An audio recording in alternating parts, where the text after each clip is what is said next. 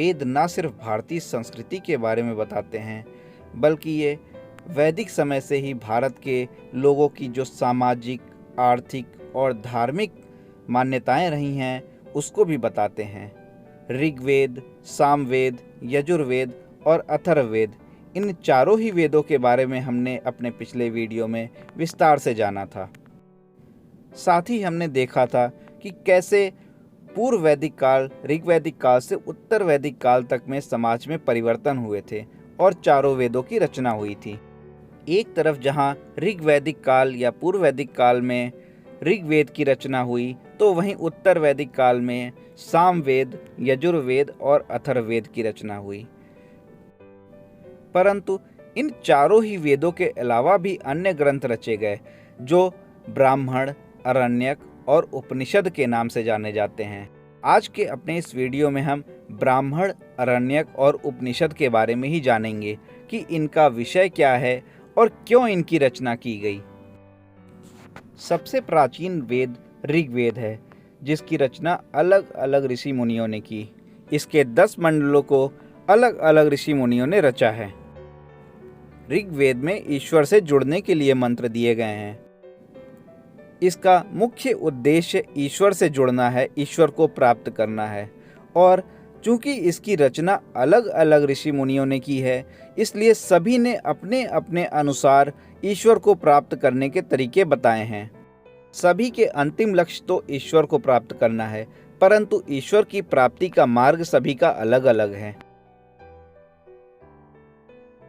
यदि हम ईश्वर की प्राप्ति के मार्गों की बात करें तो मुख्यतः ऋग्वेद में 3 मार्ग बताए गए हैं।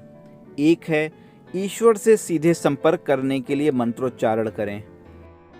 इस मार्ग के अनुसार आपको किसी कर्मकांड की आवश्यकता नहीं है, किसी यज्ञ की आवश्यकता नहीं है।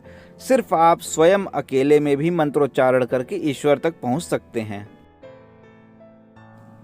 एक दूसरा वर्ग भी था जिनका मानना था कि यदि ईश्वर को प्राप्त करना है तो आपको यज्ञ और कर्मकांड भी करने पड़ेंगे। बिना यज्ञ किए आप ईश्वर को प्राप्त नहीं कर सकते हैं। जो एक अन्य वर्ग था वो ईश्वर को रहस्य के रूप में देखता था। वो प्रकृति को, ईश्वर को, विश्व को एक रहस्य के रूप में देखता और प्रश्न करता था। ये रहस्यवादी प्रश्न करते थे। इनका कहना था इस सृष्टि की, इस विश्व की कैसे संरचना हुई है, हम किस ईश्वर को माने, ईश्वर को कैसे प्राप्त किया जा सकता है, कौन सा मार्ग सही है, कौन सा मार्ग गलत है। ये सभी चीजों को रहस्य के रूप में देखते और प्रश्न करते थे। एक अन्य वर्ग ईश्वर को निर्विकार रूप में मानता था। वे ईश्वर को ब्रह्म रूप में मानते और कहते थे कि ईश्वर कण कण में व्याप्त हैं। साथ ही रहस्यवादी जिन प्रश्नों को उठाते उन प्रश्नों का उत्तर भी देते थे। ये आत्मदर्शन को ही मानते थे कि ईश्वर की प्राप्ति का सबसे सरल एवं सही मार्ग है। इन चारों ही मार्गों को मानते हुए ऋग्वेद में मंत्र बनाए गए थे जिनके द्वारा ईश्वर को प्राप्त किया जा सकता था। यजुर्वेद, सामवेद और अथर्ववेद की रचना भी ऋग्वेद के मंत्रों के द्वारा ही की गई थी। उनके मंत्रों को अलग अलग कर ये तीनों वेद बनाए गए थे। इस प्रकार ये चारों ही मार्ग ऋग्वेद, सामवेद, यजुर्वेद और अथर्ववेद में थे। परंतु इनकी भाषा अत्यंत ही कठिन थी और उत्तर वैदिक काल में समाज कहीं अधिक कर्मकांडी हो गया था। यज्ञों की संख्या बढ़ गई थी और कई प्रकार के यज्ञ होने लगे थे। महीनों भर चलने वाले, दिन में 5-5 बार होने वाले यज्ञ आ गए थे और इन यज्ञों को करने के लिए मंत्रोच्चारण करना पड़ता था। जबकि चारों वेदों में जो मंत्र दिए गए थे उनकी भाषा थोड़ी सी कठिन हुआ करती थी और कई बार आम जनता इन भाषाओं को समझ नहीं पाती थी और उन्हें पुरोहितों की आवश्यकता पड़ती थी। इसलिए सरल भाषा के नए ग्रंथों की आवश्यकता पड़ी और ये जो नए सरल भाषा में ग्रंथ बनाए गए इन्हें ही ब्राह्मण, आरण्यक और उपनिषद के नाम से जाना जाता है। ऋग्वेद, सामवेद, यजुर्वेद और अथर्ववेद में जो भी कर्मकांडीय विषय थे उनको अलग किया गया। ऋग्वेद के कर्मकांडी विषय को अलग करके एक अलग ग्रंथ बनाया गया। सामवेद के कर्मकांडी विषयों को अलग कर अलग ग्रंथ बनाया गया। इस प्रकार चारों वेदों के कर्मकांडी विषयों को अलग कर अलग अलग ग्रंथ बनाए गए और इन वेदों से जो नए ग्रंथ बने जिनका विषय कर्मकांडीय था उनको ब्राह्मण नाम दिया गया और इन्हें ब्राह्मण ग्रंथ कहा गया। ये ब्राह्मण ग्रंथ चारों ही वेदों के लिए अलग अलग थे, जैसे शतपथ ब्राह्मण यजुर्वेद का, ऐतरेय और कौशिकी ऋग्वेद के ब्राह्मण।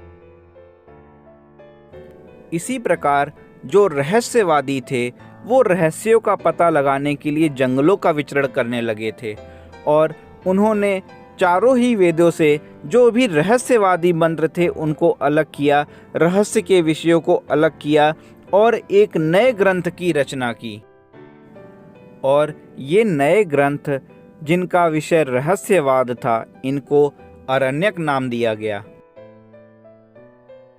इसी प्रकार ईश्वर को कड़कड़ में मानने वाले, निर्विकार रूप में मानने वाले जो भी मंत्र थे, रहस्यवादियों के प्रश्नों के उत्तर देते हुए जो भी मंत्र थे उनको अलग किया गया और एक नए ग्रंथ की रचना की गई जिसे उपनिषद के नाम से जाना जाता है। ये उपनिषद आत्म साक्षात के दर्शन पर आधारित हैं। ये उपनिषद सबसे अंतिम में रचे गए, इसलिए इन्हें वेदांत के नाम से भी जाना जाता है, जो संख्या में 108 हैं, परंतु प्रमाणित रूप में 13 उपनिषद ही माने जाते हैं, जिन्हें आचार्य शंकराचार्य ने भाष्य में लिखा है। इस प्रकार हमारी वैदिक संस्कृति में 4 वेद ऋग्वेद, सामवेद, यजुर्वेद और अथर्ववेद के अलावा ब्राह्मण, अरण्यक और उपनिषद भी हैं, जिनमें ब्राह्मण का विषय कर्मकांड, अरण्यक का विषय रहस्यवाद और उपनिषद का विषय आत्म साक्षात्कार है। इनके अतिरिक्त वेदों को पढ़ने और समझने के लिए वेदांग भी रचे गए, जो संख्या में 6 हैं। शिक्षा, कल्प, व्याकरण, निरुक्त, छंद और ज्योतिष 6 वेदांग हैं जिनकी रचना वेदों को समझने और पढ़ने के लिए की गई है। साथियों, अगर आपको वीडियो पसंद आया है तो चैनल को सब्सक्राइब करना ना भूलिएगा।